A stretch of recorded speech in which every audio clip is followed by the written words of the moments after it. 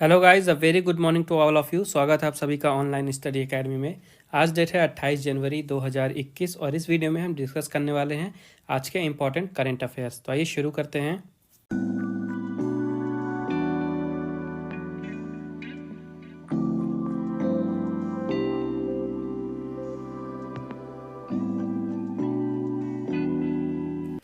तो आज का पहला अपडेट है, India ranked 7th in the global climate risk index released by German watch. German watch द्वारा जारी वैश्विक जलवायु जोखिम सूचकांक में भारत 7वें स्थान पर रहा है। तो अभी हाल ही में जर्मनी के बॉन का एक एनजीओ है जर्मन वॉच, इन्होंने रिलीज़ किया है एनुअल रिपोर्ट जो कि है ग्लोबल क्लाइमेट रिस्क इंडेक्स, और इसका ये 16वां एडिशन था, 16वां संस्करण था। और इस इंडेक्स में ये देखा गया कि पूरे विश्व भर में जो अलग अलग कंट्रीज़ हैं, देश हैं, तो कौन सी कंट्री सबसे ज़्यादा अफेक्टेड रहती है अलग अलग तरह की एक्सट्रीम वेदर कंडीशन से, जैसे कि आंधी तूफान, बाढ़, हीट वेव्स वगैरह वगैरह। तो इस तरह के इवेंट से सबसे ज़्यादा प्रभावित होने वाली कंट्रीज़ को देखा गया और इसी के बेसिस पे ये इंडेक्स और रैंकिंग बनाई गई है। तो भारत इस इंडेक्स में 7वें नंबर पे रहा है। और जो सबसे ज़्यादा अफेक्टेड कंट्री रही है एक्सट्रीम वेदर इवेंट से, ये रही है मोजाम्बिक, यानी पहले नंबर पे रही है मोजाम्बिक, उसके बाद रहा दूसरे नंबर पे जिम्बाब्वे और तीसरे पे रहा बहामस, और भारत रहा है 7वें नंबर पे। तो आपको भारत की रैंकिंग याद रखनी है, कौन सी कंट्री नंबर 1 पे रही है इसका नाम याद रखना है, और इस इंडेक्स को जारी कौन करता है इसका नाम याद रखना है। नेक्स्ट अपडेट है, international customs day was observed on 26 जनवरी। 26 जनवरी को अंतर्राष्ट्रीय सीमा शुल्क दिवस मनाया गया। तो हर साल पूरे विश्व भर में 26 जनवरी को मनाया जाता है इंटरनेशनल कस्टम्स डे, और इस साल के लिए थीम रखी गई थी customs bolstering recovery renewable and resilience. Theme जरूर याद रखिएगा, कई बार एग्जाम में आपसे थीम पूछ लेता है। और इस दिन को मनाया क्यों जाता है? ये दिन मनाया जाता है जो भी कस्टम के ऑफिशियल्स हैं या जो भी एजेंसीज़ हैं, तो ये जो काम करती हैं कस्टम्स में, तो इनके द्वारा क्या क्या चैलेंजेस फेस किए जाते हैं उनको रिकॉग्नाइज करने के लिए, उसके अलावा इन चैलेंजेस को पूरा करने के लिए इनका क्या रोल है, ये चीज़ को भी सेलिब्रेट करने के लिए इस दिन को मनाया जाता है। और 26 जनवरी को ही क्यों चुना गया ये दिन? तो एक्चुअली में जो कस्टम्स कोऑपरेशन काउंसिल है, इसका सबसे पहले इनॉग्रल सेशन 26 जनवरी 1953 में हुआ था। तो इसी दिन के याद में 26 जनवरी को मनाया जाने लगा इंटरनेशनल कस्टम्स डे। इस दिन की स्थापना की गई थी वर्ल्ड कस्टम्स ऑर्गेनाइजेशन के द्वारा। तो जो कस्टम्स कोऑपरेशन काउंसिल था, इसी का नाम बाद में 1994 में चेंज करके कर दिया गया था वर्ल्ड कस्टम्स ऑर्गेनाइजेशन। और जो सबसे पहला इनॉग्रल सेशन था, ये हुआ था बेल्जियम के ब्रुसेल्स में। तो जो वर्ल्ड कस्टम्स ऑर्गेनाइजेशन है, इसका हेडक्वार्टर है ब्रुसेल्स में। मेंबरशिप की बात करें तो 182 कंट्रीज़ मेंबर हैं, और यहाँ के सेक्रेटरी जनरल हैं कूनियो मिकुरिया। नेक्स्ट अपडेट है, Mahavir Singhvi led Indian delegation in the 14th meeting of India UK joint working group on counter terrorism. Counter terrorism पर भारत ब्रिटेन संयुक्त कार्य समूह की 14वीं बैठक में महावीर सिंघवी जी ने भारतीय प्रतिनिधिमंडल का नेतृत्व किया है। तो अभी हाल ही में भारत और यूके की ज्वाइंट वर्किंग ग्रुप की, जो कि काउंटर टेररिज्म के ऊपर था, उसकी 14वीं बैठक हुई है, और वहाँ पे भारत के प्रतिनिधिमंडल का नेतृत्व किया था महावीर सिंघवी जी ने। तो ये जो मीटिंग थी, ये पूरी तरह से वर्चुअली मोड में ऑर्गेनाइज कराई गई थी 21 और 22 जनवरी को।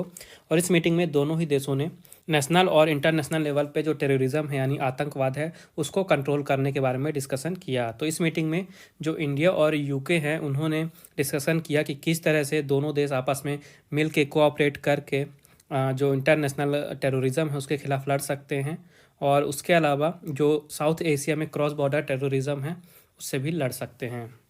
तो इस मीटिंग में भारत की साइड जो थी, इसे रिप्रेजेंट किया महावीर सिंघवी जी ने, जो कि एक्सटर्नल अफेयर मिनिस्ट्री के काउंटर टेररिज्म के जॉइंट सेक्रेटरी हैं। और वहीं बात करें यूके की, तो यूके को रिप्रेजेंट किया टॉम हर्ड ने। टॉम हर्ड हैं यूके के security and counter terrorism office के डायरेक्टर जनरल। और यूके की बात करें तो यहाँ की कैपिटल है लंदन, प्राइम मिनिस्टर हैं बोरिस जॉनसन, और करेंसी है पाउंड स्टर्लिंग।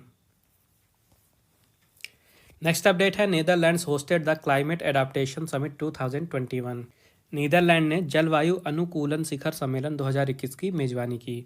तो अभी हाल ही में क्लाइमेट एडाप्टेशन समिट 2021 का हुआ, और इसकी मेजबानी की थी नीदरलैंड गवर्नमेंट ने, और ये हुआ था 25 जनवरी 2021 को। और क्योंकि ये समिट जो है ऑनलाइन हुई थी, तो इसे CAS ऑनलाइन का नाम दिया गया। तो इसी समिट को संबोधित किया भारत के प्रधानमंत्री नरेंद्र मोदी जी ने, और उन्होंने इसे संबोधित करते हुए बताया कि जो भारत का टारगेट है 450 गीगावाट रिन्यूएबल एनर्जी कैपेसिटी का, इसको भारत 2030 तक प्राप्त कर लेगा। इसके अलावा प्रधानमंत्री जी ने यह भी बताया कि भारत एलईडी लाइट्स को प्रमोट कर रहा है और सालाना 30 million tonne carbon dioxide emission को भी बचा रहा है भारत। और प्रधानमंत्री जी ने यह भी बताया कि 2030 तक भारत जो 226 मिलियन हेक्टेयर है डिग्रेडेड लैंड की, इसको भी पूरी तरह से रिस्टोर कर लेगा। तो इस समिट की मेज़बानी की थी नीदरलैंड्स ने, जिसकी कैपिटल है एम्स्टर्डम। यहाँ के प्राइम मिनिस्टर हैं मार्क रूट और करेंसी है यूरो। नेक्स्ट अपडेट है Chhattisgarh government made GPS and panic button mandatory in public passenger vehicles. Chhattisgarh सरकार ने सार्वजनिक यात्री वाहनों में जीपीएस और पैनिक बटन अनिवार्य कर दिया है। तो अभी हाल ही में छत्तीसगढ़ गवर्नमेंट में जो वहाँ के ट्रांसपोर्ट मिनिस्टर हैं मोहम्मद अकबर जी, उन्होंने बताया है कि जो वहाँ के पैसेंजर व्हीकल्स हैं, पब्लिक पैसेंजर व्हीकल्स, उनके लिए जीपीएस सिस्टम और पैनिक बटन लगाना अनिवार्य कर दिया गया है। और ऐसा किया गया है जो वहाँ की महिला यात्री हैं यानी वुमेन पैसेंजर हैं, उनकी सेफ्टी के लिए। तो जो भी वहाँ के पैसेंजर व्हीकल्स हैं उनमें ट्रैकिंग डिवाइस लगाई जाएगी और पैनिक बटन लगाया जाएगा। और उसके बाद एक कमांड सेंटर भी इस्टेब्लिश किया जाएगा ताकि वहाँ से जो भी व्हीकल्स हैं जिनमें ये डिवाइस फिट है उनको आसानी से मॉनिटर किया जा सके। तो ये जो स्कीम है इसके इम्प्लीमेंटेशन का जो कॉस्ट है ये है 15 करोड़ रुपए। और ये जो लागत लगेगी 15 करोड़ की, तो इसमें से जो 60% है ये दिया जाएगा सेंट्रल गवर्नमेंट के द्वारा और जो बाकी का 40% है ये दिया जाएगा स्टेट गवर्नमेंट के द्वारा। बात करें छत्तीसगढ़ की, तो यहाँ की कैपिटल है रायपुर। चीफ मिनिस्टर हैं भूपेश बघेल और गवर्नर हैं अनुसुईया उइके। नेक्स्ट अपडेट है Madhya Pradesh government has launched पंख अभियान for girl child. Madhya Pradesh सरकार ने बालिकाओं के लिए पंख अभियान शुरू किया है। तो ये जो पंख आप देख रहे हैं इसका फुल फॉर्म दिया गया है। पी है प्रोटेक्शन के लिए, ए है awareness for their rights, N है न्यूट्रिशन, के है नॉलेज और एच है हेल्थ के लिए। तो अभी हाल ही में मध्य प्रदेश के मुख्यमंत्री शिवराज सिंह चौहान जी ने लॉन्च किया है ये पंख अभियान। और ये जो पंख अभियान है ये 24 जनवरी को शुरू किया गया है। और 24 जनवरी को मैंने आपको बताया था कि नेशनल गर्ल चाइल्ड डे था, तो उसी दिन के ओकेशन में से लॉन्च किया गया है। तो ये जो पंख स्कीम है इसे लॉन्च किया गया है बेटी बचाओ बेटी पढ़ाओ स्कीम के अंडर में, ताकि मध्य प्रदेश की जो गर्ल चाइल्ड हैं उनको सशक्त बनाया जाए और उनको ग्रोथ प्रदान की जाए। उसके अलावा मुख्यमंत्री जी ने स्कॉलरशिप का भी अनाउंसमेंट किया है। तो लाडली लक्ष्मी योजना के तहत लगभग 26,099 लड़कियों को 6.47 करोड़ रुपीज़ भी जारी किए गए हैं स्कॉलरशिप के रूप में। और मध्य प्रदेश की बात करें तो यहाँ के चीफ मिनिस्टर हैं शिवराज सिंह चौहान, गवर्नर हैं आनंदीबेन पटेल, और ये मध्य प्रदेश के साथ ही साथ उत्तर प्रदेश की भी गवर्नर हैं, और मध्य प्रदेश की कैपिटल है भोपाल। नेक्स्ट अपडेट है according to UN world economic situations and prospects report, world economy is expected to recover by 4.7% in 2021। संयुक्त राष्ट्र विश्व आर्थिक स्थिति और संभावना रिपोर्ट के अनुसार 2021 में विश्व अर्थव्यवस्था में 4.7% की सुधार की उम्मीद बताई गई है। तो अभी हाल ही में United Nations Conference on Trade and Development यानी कि UNCTAD, उसके साथ ही 5 United Nations Regional Economic Commission और उसके साथ ही United Nations Department of Economic and Social Affairs यानी कि UNDESA ने मिल के ये रिपोर्ट जारी की है, जिसका नाम है UN world economic situations and prospects report. और इस रिपोर्ट में बताया गया कि पेंडेमिक के कारण 2020 में जो पूरे विश्व भर की इकोनॉमी है, अर्थव्यवस्था है, ये 4.3% की दर से नीचे गिरी पेंडेमिक के चलते। और इसमें ये बताया गया कि 2009 में जब फाइनेंशियल क्राइसिस आया था तो उस टाइम पे जो इम्पैक्ट था उसका, और जो अभी 2020 में पेंडेमिक के कारण इम्पैक्ट आया है, तो 2020 वाला इम्पैक्ट 2009 वाले इम्पैक्ट के कंपैरिजन में डबल है। और इस रिपोर्ट में भी बताया गया कि जितने भी विश्व भर के डेवलप्ड कंट्रीज़ की इकोनॉमीज़ हैं वो 2020 में 5.6% की दर से नीचे गिरे हैं, लेकिन ये बताया गया कि 2021 में ये रिकवर होंगे 4% की दर से। और साथ ही ये भी बताया गया है कि जितने भी डेवलपिंग कंट्रीज़ हैं वहाँ की जो इकोनॉमी है इनमें 2.5% की गिरावट आई थी 2020 में, और 2021 में ये 5.7% की दर से ऊपर उठेंगी। और पूरे विश्व भर की बात करें तो 4.7% की बढ़ोतरी का अनुमान लगाया गया है 2021 में। नेक्स्ट अपडेट है international monetary fund projected India's economy to grow by 11.5% in fiscal year 22। अंतर्राष्ट्रीय मुद्रा कोष ने 2021 में भारत की अर्थव्यवस्था में 11.5% की बढ़ोतरी का अनुमान लगाया है। तो अभी हाल ही में इंटरनेशनल मॉनेटरी फंड यानी अंतर्राष्ट्रीय मुद्रा कोष ने वर्ल्ड इकोनॉमिक आउटलुक 2021 रिपोर्ट जारी की है। और ये रिपोर्ट हर साल जारी की जाती है आईएमएफ के द्वारा, साल में 2 बार। तो इस रिपोर्ट में ये बताया गया कि पूरे विश्व भर में जितनी भी कंट्रीज़ हैं उनमें जो इकोनॉमीज़ है, तो भारत की इकोनॉमी सबसे स्ट्रॉन्ग तरीके से ग्रो कर रही है, यानी सबसे ज़्यादा ग्रो कर रही है भारत की इकोनॉमी।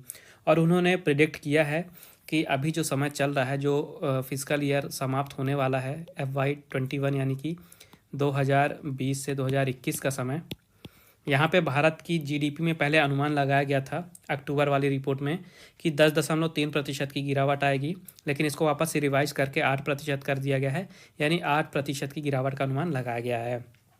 उसके साथ ही जो भारत की इकोनॉमी आने वाले फिस्कल ईयर 22 यानी कि 2021 से 2022 का समय जो होगा, तो वहाँ पे पहले 8.8% की ग्रोथ का अनुमान लगाया गया था अक्टूबर 2020 में, लेकिन इसे भी रिवाइज किया गया है और अब 11.5% की ग्रोथ का अनुमान लगाया गया है। इसके साथ ही जो उसके बाद वाला वित्त वर्ष होगा यानी फिस्कल ईयर 23, यहाँ पे 6.8% की ग्रोथ का अनुमान लगाया गया है। और भारत की इकोनॉमी के साथ ही साथ पूरे विश्व भर की ग्लोबल ग्रोथ के बारे में भी अनुमान लगाया गया है। तो फिस्कल ईयर 22 में पहले अनुमान लगाया गया था कि 5.2% की ग्रोथ आएगी, इसे रिवाइज करके अब 5.5% कर दिया गया है। 5.5% की दर से जो वर्ल्ड इकोनॉमी है वो ऊपर उठेगी। इसके अलावा उसके बाद वाले वित्त वर्ष यानी फिस्कल ईयर 23 में 4.2% की ग्रोथ का अनुमान लगाया गया है IMF के द्वारा। और जो IMF है इसकी स्थापना हुई थी 1945 में। इसका हेडक्वार्टर है वॉशिंगटन DC। मेंबर्स की बात करें तो 190 कंट्रीज़ हैं मेंबर, और मैनेजिंग डायरेक्टर है यहाँ की क्रिस्टेलिना जॉर्जीवा। नेक्स्ट अपडेट है JK Sivan has been appointed as the new managing director and CEO of Dhanlaxmi bank. JK Sivan Dhanlaxmi bank के नए MD और CEO बने। तो जो पुराने MD और CEO थे धनलक्ष्मी बैंक के, जिनका नाम था सुनील गुरबख्शानी, इनको कुछ ही समय पहले यानी 1 अक्टूबर 2020 में इनको वोट आउट कर दिया गया था MD और CEO के पद से। और तब से ये जो पद था MD और CEO का, ये खाली था और ये जो बैंक था इसे मैनेज किया जा रहा था कमेटी ऑफ डायरेक्टर्स के द्वारा। उसके बाद RBI ने बैंक को टाइम दिया था 4 महीने का, कि 4 महीने के अंदर इन्हें MD और CEO के पद में किसी व्यक्ति को, किसी ऑफिसर को नियुक्त करना पड़ेगा। तो हाल ही में जो धनलक्ष्मी बैंक का बोर्ड है उन्होंने JK Sivan को अपॉइंटमेंट के लिए अप्रूवमेंट दे दिया है कि अब JK Sivan धनलक्ष्मी बैंक के नए MD और CEO बनेंगे। तो जो धनलक्ष्मी बैंक है इसकी स्थापना हुई थी 1927 में। इसका हेडक्वार्टर है थ्रिसूर, केरला में। चेयरमैन है संजीव कृष्णन। टैगलाइन है तन मन धन। नेक्स्ट अपडेट है ministry of road transport and highways has decided to impose green tax on vehicles that are not fit on road. सड़क परिवहन और राजमार्ग मंत्रालय ने उन वाहनों पर ग्रीन टैक्स लगाने का फैसला किया है जो सड़क पर फिट नहीं हैं। तो ऐसे व्हीकल्स जिनकी हालत ज़्यादा ख़राब है, यानी लगभग 8 साल से या उससे ज़्यादा पुराने व्हीकल्स हैं, उन पे अभी ministry of road transport and highways ने डिसीजन लिया है कि उन पे ग्रीन टैक्स लगाया जाएगा। और ऐसा किया जा रहा है क्योंकि जो पुराने व्हीकल्स हैं काफ़ी ज़्यादा पॉल्यूशंस प्रोड्यूस करते हैं, तो पॉल्यूशन लेवल को कम करने के लिए ये ग्रीन टैक्स लगाया जाएगा। तो इससे होगा क्या, एक तो पॉल्यूशन जैसी समस्या को घटाया जा सकता है, दूसरी चीज़ लोगों को मोटिवेट किया जाएगा कि वो इन्वायरमेंट फ्रेंडली अल्टरनेटिव्स के लिए स्विच करें पुराने व्हीकल्स को छोड़ के। तो एक तो ये जो ग्रीन टैक्स है ये पॉल्यूशन लेवल तो कम करेगा है, उसके अलावा जो भी पॉल्यूटर हैं यानी जो पुराने व्हीकल्स का यूज़ करेंगे, पॉल्यूशन फैलाएंगे, उनसे उन पे फाइन भी लगेगा, उनसे पेमेंट भी ली जाएगी पॉल्यूशन फैलाने के लिए। और जो भी ग्रीन टैक्स से रिवेन्यू होगा इसका यूज़ किया जाएगा, जो पॉल्यूशन की प्रॉब्लम है उसके लिए जो भी सोल्यूशन ढूंढे जाएंगे उससे निपटने के लिए इस ग्रीन टैक्स से जनरेटेड रिवेन्यू का यूज़ किया जाएगा। और जितना भी किसी स्टेट का रोड टैक्स होगा उससे 10 से लेके 25% तक का ग्रीन टैक्स के रूप में लिया जाएगा। तो फार्मिंग व्हीकल्स जैसे कि ट्रैक्टर, हार्वेस्टर जो हैं, इनको इस टैक्स से अलग रखा गया है। और ये जो ग्रीन टैक्स है इसको पॉल्यूशन टैक्स और इन्वायरमेंटल टैक्स के नाम से भी जाना जाता है। और यूनियन मिनिस्टर हैं road transport and highway ministry के नितिन गडकरी जी। नेक्स्ट अपडेट है Om Birla has inaugurated the annual event Bharat Parv 2021। Om Birla जी ने वार्षिक कार्यक्रम भारत पर्व 2021 का उद्घाटन किया है। तो ये जो भारत पर्व है ये एनुअल इवेंट है, यानी कि हर साल भारत में ये सेलिब्रेट किया जाता है, इसे ऑर्गेनाइज कराया जाता है। और इस साल 26 जनवरी से इसे शुरू किया गया है और ये 26 जनवरी से 31 जनवरी तक चलेगा। और इसे इनॉग्रेट किया है ओम बिरला जी ने। ओम बिरला जी लोकसभा के स्पीकर हैं और ये जो इवेंट है इसके लिए एक ओवरऑल थीम रखी गई है, आत्मनिर्भर भारत और एक भारत श्रेष्ठ भारत। ये इसकी ओवरऑल थीम है, इसे याद रखिएगा। और इस वर्चुअल इवेंट के अंदर अलग अलग थीम बेस्ड पवेलियन ऑफिस बनाए जाएंगे, जो कि अलग अलग स्टेट हैं भारत के और यूनियन टेरिटरीज़ हैं, तो उनसे रिलेटेड जो भी वहाँ का कल्चर है, वहाँ का टूरिज़्म है, वहाँ का हैंडीक्राफ्ट है और वहाँ का जो क्यूजिन है, तो इस तरह की जो भी अलग अलग यूनिक चीज़ें हैं अलग अलग स्टेट और यूनियन टेरिटरीज़ की, ये सारी चीज़ें वहाँ शोकेस की जाएंगी। तो ये जो इवेंट है इसे मिनिस्ट्री ऑफ टूरिज़्म के द्वारा ऑर्गेनाइज़ करा जाता है हर साल, और सबसे पहली बार इसे 2016 में ऑर्गेनाइज़ कराया गया था। नेक्स्ट अपडेट है, Indian Navy conducted tri service exercise AMPHEX 21 in Andaman and Nicobar Islands. भारतीय नौसेना ने अंडमान और निकोबार द्वीप समूह में एम्फेक्स 21 अभ्यास आयोजित किया है। तो ये बहुत ही बड़ी ट्राई सर्विस ज्वाइंट एक्सरसाइज थी, नाम याद रखिएगा, एम्फेक्स यानी कि AMPHEX 21। और कहाँ पे ऑर्गेनाइज कराया गया था? इसे ऑर्गेनाइज कराया गया था Andaman and Nicobar group of islands में इंडियन नेवी के द्वारा। और ये जो एक्सरसाइज है ये 21 जनवरी से 25 जनवरी तक चली। और कुछ ही दिनों पहले मैंने आपको पढ़ाया था एक और एक्सरसाइज के बारे में जो थी कवच। तो जो कवच एक्सरसाइज थी ये भी इसी एम्फेक्स 21 का ही एक पार्ट था। और यहाँ पे जो भारत की तीनों प्रमुख सेनाएं हैं यानी इंडियन आर्मी, इंडियन नेवी और इंडियन एयरफोर्स, वहाँ के नौजवानों ने पार्टिसिपेट किया इस एक्सरसाइज में। और इसे ऑर्गेनाइज कराया गया था ये देखने के लिए कि जो भी भारत के आइलैंड टेरिटरीज़ हैं और जो भी कोस्टल एरियाज़ हैं वहाँ पे भारत कितना ज़्यादा कैपेबल है उनको सेफ गार्ड करने के लिए। तो ये चीज़ चेक करने के लिए इसे ऑर्गेनाइज कराया गया था। नेक्स्ट अपडेट है, Marcelo Rebelo de Sousa has been reelected as president of Portugal. Marcelo Rebelo de Sousa को पुर्तगाल के राष्ट्रपति के रूप में फिर से चुना गया है। तो ये है मार्सेलो रेबेलो डि सूजा, और ये पुर्तगाल के पहले से ही राष्ट्रपति थे। और अभी हाल ही में पुर्तगाल में 2021 के जो प्रेसिडेंशियल इलेक्शन हुए वहाँ पे इनकी पार्टी ने फिर से जीत दर्ज की और ये एक बार फिर से 5 सालों के लिए पुर्तगाल के प्रेसिडेंट बन गए हैं। तो सबसे पहली बार इन्हें 9 मार्च 2016 में प्रेसिडेंट बनाया गया था पुर्तगाल का, और अभी हाल ही में इन्होंने फिर से चुनाव जीत लिया है। तो इनका जो दूसरा टर्म है ये 9 मार्च से शुरू होगा। तो आने वाले 5 सालों के लिए फिर से ये राष्ट्रपति बन गए हैं पुर्तगाल के। पुर्तगाल की बात करें तो यहाँ की कैपिटल है लिस्बन। प्रेसिडेंट बन गए हैं मार्सेलो रिवेलो डि सूजा। प्राइम मिनिस्टर हैं एंटोनियो कोस्टा और करेंसी है यूरो। नेक्स्ट अपडेट है, Meghalaya gets the best electoral practices award 2021। Meghalaya को बेस्ट इलेक्टोरल प्रैक्टिस अवार्ड 2021 मिला। तो जो मेघालय का चीफ इलेक्टोरल ऑफिस है उसे अभी हाल ही में सेलेक्ट किया गया है बेस्ट इलेक्टोरल प्रैक्टिसेस अवार्ड 2021 के लिए। और ये जो अवार्ड है ये दिया जाएगा इलेक्शन कमीशन ऑफ इंडिया के द्वारा। और ये अवार्ड दिया क्यों जा रहा है? ये अवार्ड दिया जा रहा है मेनली 2 चीज़ों के लिए। एक तो जो भी वहाँ पे 2018 के असेंबली इलेक्शन हुए थे उनको कंडक्ट कराने के लिए। दूसरी चीज़ ये जो इलेक्शन हुए थे यहाँ पे इंफॉर्मेशन टेक्नोलॉजी यानी IT एप्लीकेशन का यूज़ करने के लिए। और जो वहाँ पे इलेक्शन हुए थे वहाँ पे 2.59% का इंक्रीमेंट देखा गया था वोटिंग में, यानी 2.59% ज़्यादा वोटिंग हुई थी। और अगर महिलाओं की बात करें तो उनमें भी 3.5% की इंक्रीमेंट देखा गया था पिछले इलेक्शन की कंपैरिजन में। मेघालय की कैपिटल है शिलोंग। चीफ मिनिस्टर हैं कोनराड सांगमा और गवर्नर हैं सत्यपाल मलिक। नेक्स्ट अपडेट है, Gautam Chikermane author the book India 2030 the rise of Rajasik nation. Gautam Chikermane ने India 2030 the rise of Rajasik nation नामक पुस्तक लिखी है।